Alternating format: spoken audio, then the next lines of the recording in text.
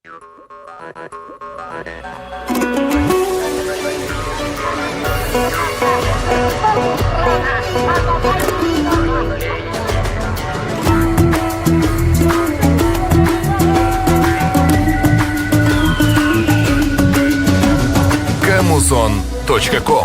Unuttun ayırmasın dilden algan, dili biz babalardan muras kalgan.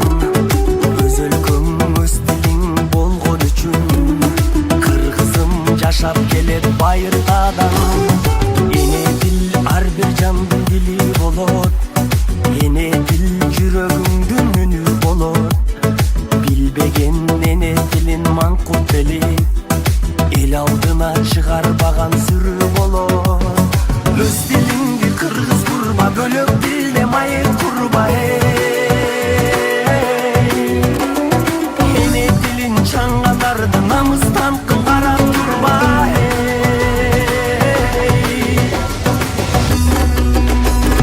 Биз кыргыздар кыргызча сүйлөшөлү, эне дилин билбегенди сүрдөтөлү. Кылымдарды карыткан дили бизди, башкага да кызыктырып үйрөтөлү. Кел кыргызым кыргызча сүйлөшөлү.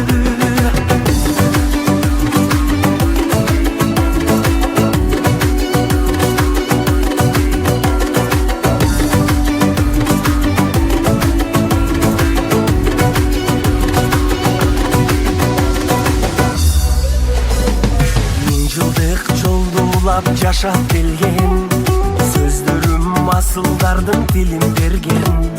Кыргыздын чоң байлыгы эне тили, кылымдар карыса да кемибеген.